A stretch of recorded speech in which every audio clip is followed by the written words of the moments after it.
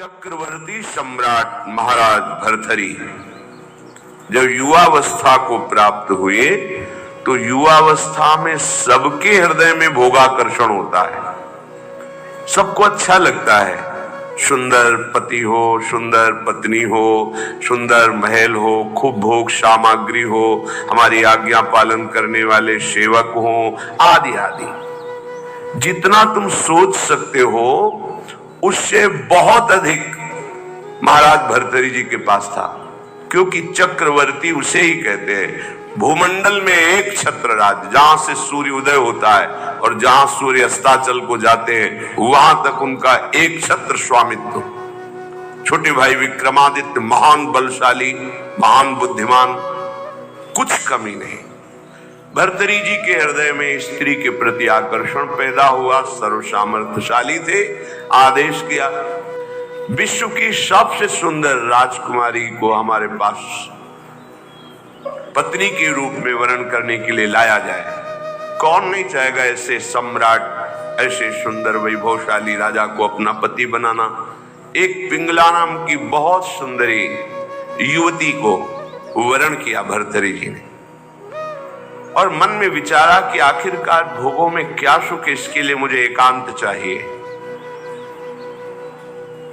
विक्रमादित्य से कहा आप राज्य शासन को संभालिए जब तक हम अनुभव नहीं कर लेते। महल में किसी भी तरह की राज दरबार की बात लेकर कोई ना आवे, मुझे स्वतंत्र छोड़ दिया जाए। राजाज्ञा, संपूर्ण भोगों की बाहुल्यता महल में। क्या कभी आग में धीरे धीरे घी डालने से आग शांत होती है क्या? ऐसे ही भोगों को भोगने से कभी कामाग्नि शांत थोड़ी होती है, और भड़कती है। अगर सुख हो तो विश्राम मिल जाए। एक दिन पिंगला काफी समय व्यतीत होने के बाद वो अपनी महल की पीछे खिड़की से झांक रही थी। पीछे अश्वशाला थी, वहां घोड़ों की रक्षा और सेवा कराने वाला अश्वपति अपने सेवकों के द्वारा घोड़ों की देखरेख, उनकी सेवा कराता था। बहुत ही हष्ट पुष्ट जवान। पिंगला देखकर आसक्त हो गई, एकांत में मिलने लगी।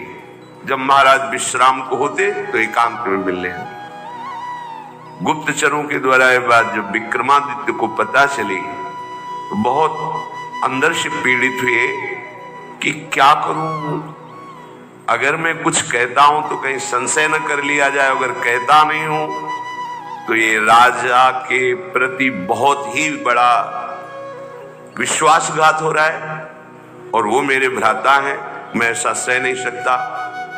एकांत में मिलने की प्रार्थना की। बहुत प्रवीण थी पिंगला, समझ गई। महाराज ने कहा आज मेरा भाई मेरे से मिलना चाहता है, पता नहीं क्या समस्या है। उनका मुझे पता है, जाइए पहले आप पूछ कर आइए।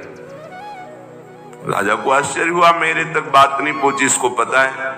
बहुत प्रवीण थी, पर विषयों में प्रवीणता कोई प्रवीणता नहीं कहलाती। प्रवीणता तो विषयों के त्याग की होनी चाहिए। बुद्धिमत्ता गड्ढे में गिरने की नहीं होती, बुद्धिमत्ता उससे निकलने की होती है। विक्रमादित्य ने कहा कि मेरी बात पर विश्वास किया जाए महाराज, जो महारानी पिंगला है इनका चरित्र ठीक नहीं है, ये अश्वपाल से संबंध रखती हैं, ऐसा मुझे गुप्तचरों के द्वारा पता चला है। आवेश में अंदर गए। रानी ने कहा हम बता रहे हो, क्या बता रहे होंगे? वो यही बता रहे होंगे कि अश्वपाल से हमारा गलत संबंध है। ये तुम्हें कैसे? मुझे पता है। कैसे पता है? देखो हम आपको प्रमाणित नहीं करती, पर आपके भाई चरित्रहीन है। नहीं, इसका प्रमाण चाहिए। आप ऐसे पवित्र भाई के ऊपर ऐसी बात नहीं लगा सकती। तो धन दे करके किसी राज सैनिक को अपने अनुकूल करके किसी एक सदगृहस्थ परिवार को इस बात पे राजी किया कि तुम सभा में कहो कि हमारे बहू को ये राजपद पर होने पर गलत दृष्टि रखते हैं, गलत आचरण करते हैं, नहीं तो तुम्हारे पूरे परिवार को मरवा दूंगी। और महारानी पद में है, अगर ऐसा बोला तो सब सुख सुविधाएं आपको दे देंगी। वो बेचारा राज भय के कारण ऐसा ही बोला। महाराज की आसक्ति थी पिंगला में, भर्तरी जी की। उन्होंने बिना कुछ विचारे पिंगला की सलाह से और वो प्रमाण सदगृहस्थ जो बोला उससे उन्होंने विक्रमादित्य का राज निष्कासन आदेश कर इन्हें राज्य से बाहर कर दिया जाए, कभी हमारे सामने ना आए, हमारा ऐसा धर्महीन भाई नहीं हो सकता। विक्रमादित्य ने समझाने की कोशिश की लेकिन उनको समझ में नहीं आया। अब तो स्वतंत्रता, लेकिन जो धर्म युक्त होता है भगवान उसकी रक्षा करते हैं। एक ब्राह्मण तपस्या कर रहा था धन लाभ के लिए। देवराज इंद्र प्रकट हुए और उन्होंने कहा कि ये लो अमृत फल, और अंतर्ध्यान हो गए। ब्राह्मण ने कहा वैसे ही दरिद्र हूं, भूखे मर रहा हूं, अमर होके क्या करूंगा, मुझे तो धन चाहिए था। तो चलो विचार आया भगवत प्रेरणा से कि ये फल हम महाराज भर्तरी जी को दे देते हैं। अगर धर्मात्मा राजा बहुत काल तक अमर रहेगा तो प्रजा सुखी रहेगी। राज दरबार में तपस्वी ब्राह्मणों के लिए कहीं कोई रोक टोक नहीं थी। वो गए महल में मिलने की आकांक्षा की, तुरंत आदर सहित महाराज भर्तरी उपस्थित थे, आज्ञा कीजिए। और उनका हमने तपस्या की थी धन प्राप्ति के लिए, पर मिला ये मुझे अमृत फल, क्या करूंगा अमर होकर, वैसे ही गरीब हूं। हमारी इच्छा है कि आप जैसे धर्मात्मा राजा यदि अमर रहेंगे तो प्रजा का पुत्रवत पालन करेंगे, और मुझे धन चाहिए तो आप धन दिला दीजिए और ये अमर फल ले लीजिए। अविश्वास की कोई गुंजाइश नहीं थी क्योंकि तपस्वी ब्राह्मण थे। महाराज भर्तरी ने आदेश किया जितना ये धन चाहे इनको दे दिया जाए। अमर फल लेकर एकांत में विचार किया कि मेरा संपूर्ण मन तो पिंगला में लगा हुआ है, मैं अमर होकर क्या करूंगा।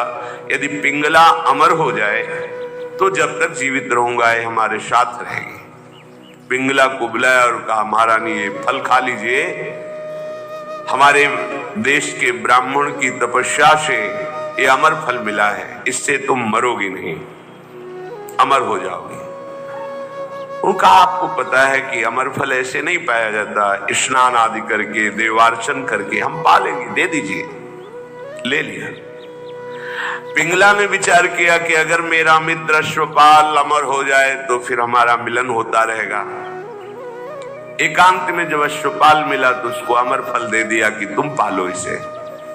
उसने भी कहा हम पालेंगे, लेके चला गया। और उसकी परम आसक्ति थी महाराज के दरबार की नर्तकी वैश्या से। नवयुवती अत्यंत सुंदर।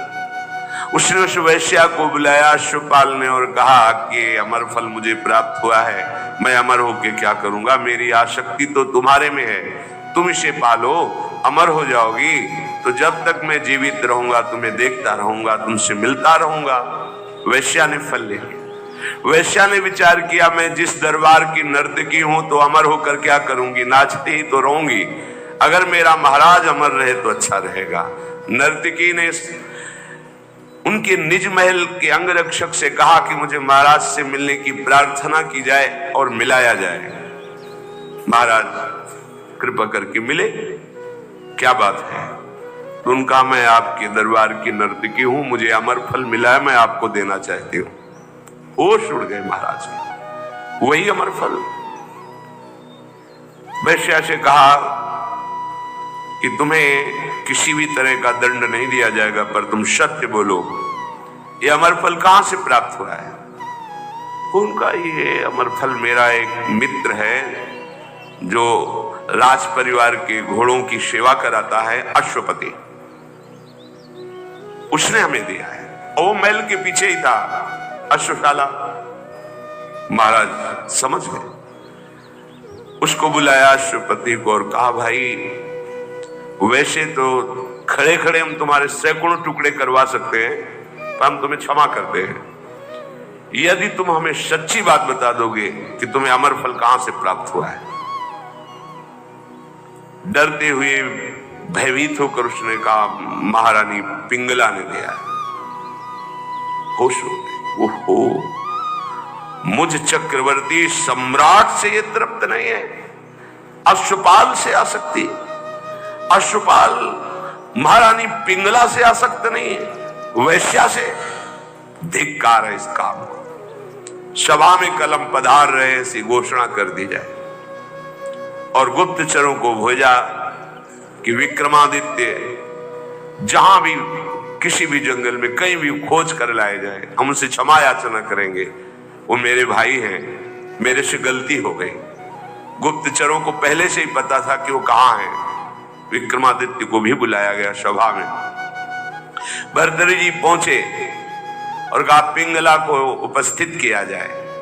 राज आज्ञा, तुरंत पिंगला जी को उपस्थित किया गया। बोले मेरे देश के ब्राह्मणों की तपस्या का फल संपूर्ण प्रजा और राज्यसभा देखे। मैं अपनी तलवार से रानी का गला काटूंगा, पर वो मरेगी नहीं क्योंकि इसने अमृत फल खाया है।